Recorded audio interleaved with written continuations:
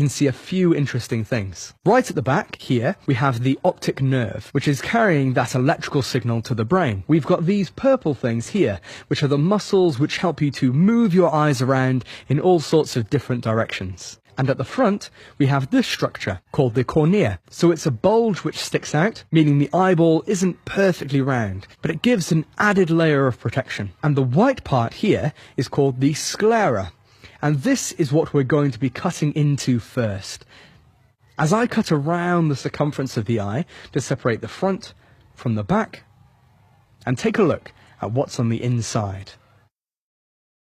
So here we can see two liquids which have come out of the inside of the eye. This runnier liquid is called the aqueous humour, and this jelly-like substance is called the vitreous humour. And these help to keep the round shape of the eye. Now these black things here are the retina cells. These are a layer of light-sensitive cells at the back of the eye. The retina detects the image focused by the cornea and the lens, and the retina is then connected to the brain via the optic nerve. But after you have frozen and defrosted the eye, these cells become detached. So you have two different kinds of retina cells. You've got rods, which are light sensitive and allow you to see well in dim light, and you've got cones, which allow you to have colour vision. In fact, you've got three different kinds of cone cells. One for red light, one for blue, and one for green. Here we have the front of the eye, and once again you can see the cornea just here. But if we turn this around, on the inside we can now see the coloured part of the eye, called the iris.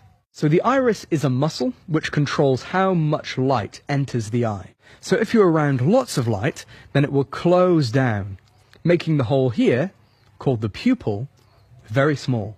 But if you're in dark conditions, then it will open back up, meaning more light can enter. And this is the lens. It's what creates the image which falls onto the retina. It also allows you to focus on objects at different distances. So if you're looking at something far away or close up, this will change shape to allow the image to focus in the right way. So the lens focuses the light which falls onto the cells in the retina, sending the message down the optic nerve you can see here. The signal passes through, going directly to the brain.